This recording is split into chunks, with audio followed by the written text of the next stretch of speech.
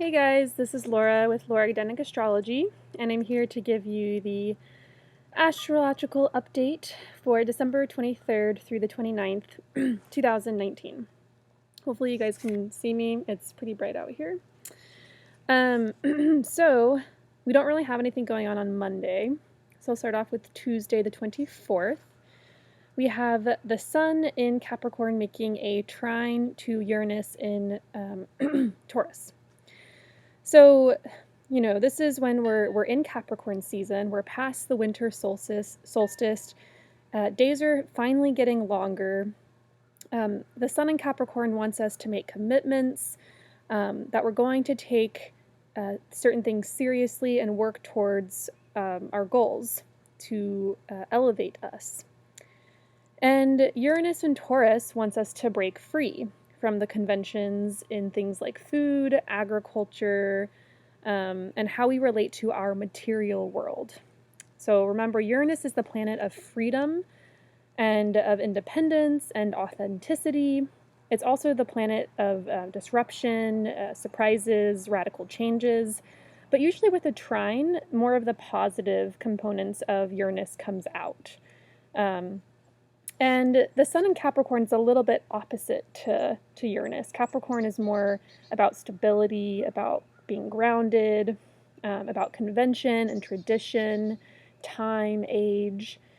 So it might seem kind of like a just complicated, and it kind of is, but really the trine is there's an opportunity to break free from what's weighing us down. That would be the Sun in Capricorn, while committing to staying on solid ground.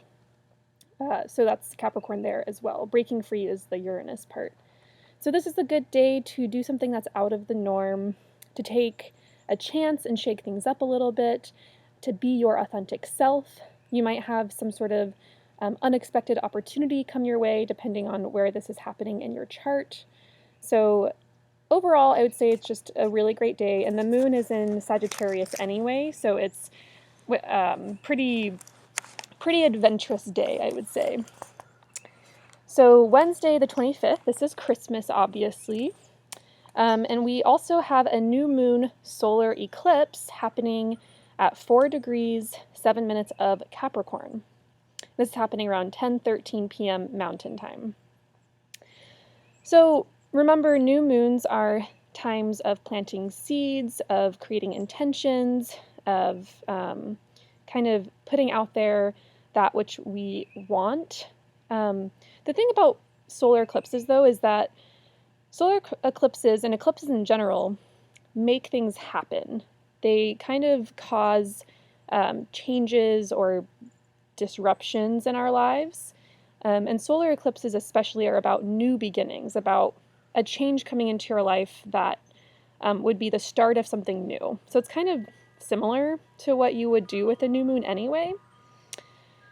So I think the trick to this eclipse is knowing what house this is happening for you.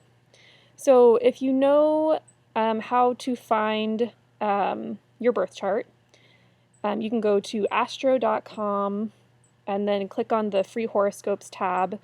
Under there should be a tab that says extended horoscopes, I believe. Oh, extended chart selection, that's what it is. You click on that, you input your data. I think it's like add new person, input your birth data, and then, show chart, and then it'll show you your chart. And if you just look up what the symbols of the signs mean, you can see what house Capricorn is ruling for you in your chart, and that area of life is what will be changing, what will be shifting. And actually, I'm going to be posting a video within the next week or so about where the Saturn-Pluto conjunction is happening for you, depending on what your rising sign is. So if you know your rising sign, you'll soon find out what house Capricorn is ruling, and where the eclipse is happening, and where the Saturn-Pluto energy is culminating, and I'm going to give some tips on how to handle the energy and maybe channel into something more positive. So keep a lookout for that.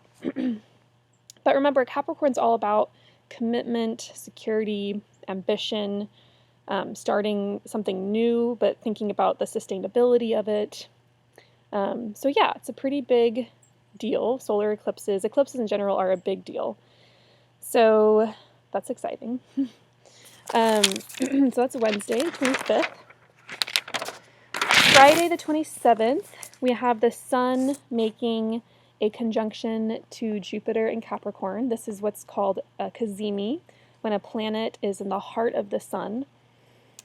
And, you know, even though Jupiter isn't super comfortable in Capricorn, it should be a benevolent, joyful day. You know, gathering with friends, with family, with elders. Jupiter, in this instance, is receiving the wisdom of the Sun. If you think of the Sun as representing the king in ancient astrology, whoever, you know, had the good graces of the king would often receive the wisdom of the king. And so this could be something like divine knowledge. The Sun kind of represents our divine self, our who we are. It's our spirit, our soul, our core, really. So there could definitely be a huge sense of spiritual connection, of faith, of just a knowing of sorts. So it's a really nice aspect. And then Saturday on the 28th, we have Mercury moving into Capricorn at 9:55 p.m. Mountain Time. So really this is a big culmination of all of these planets that will be in Capricorn. And this is a pretty big deal because later in mid-January, there's going to be the conjunction of Saturn and Pluto, which I'll get to. I'll describe kind of briefly in a minute. But Mercury, remember, represents our minds, how we communicate, how we think, how we connect with others. And Capricorn is very methodical, practical, grounded, earthy. So there's going to be those qualities attributed to our minds, being methodical, being practical, being more discerning, thinking about sustainability, planning for the future, maybe being a little hesitant. There's definitely an aspect of wisdom here as well.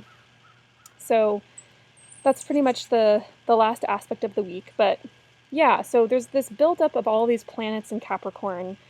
And eventually, when the conjunction happens between Saturn and Pluto, which happens exactly on January 12th, 2020, it'll be with Mercury and the Sun right there as well. Like, they're kind of all conjunct, meaning they're all pretty much at the same degree.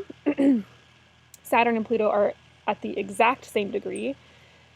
So, yeah, it's going to be kind of an intense time. The one thing I would say is it'll definitely be a time where we're going to have to learn to let go of something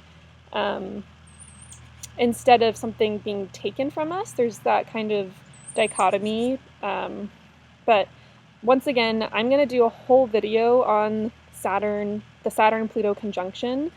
And also I'm going to show you where it's happening for each rising sign. So you know approximately what part of your life this is kind of culminating in, and then you'll kind of know a little bit what to expect and also how to deal with those energies. So stay tuned for that. I hope everyone has a very Merry Christmas and Happy Holidays. And let me know how the week goes for you if you want in the comment box. And thanks for watching. Okay, bye.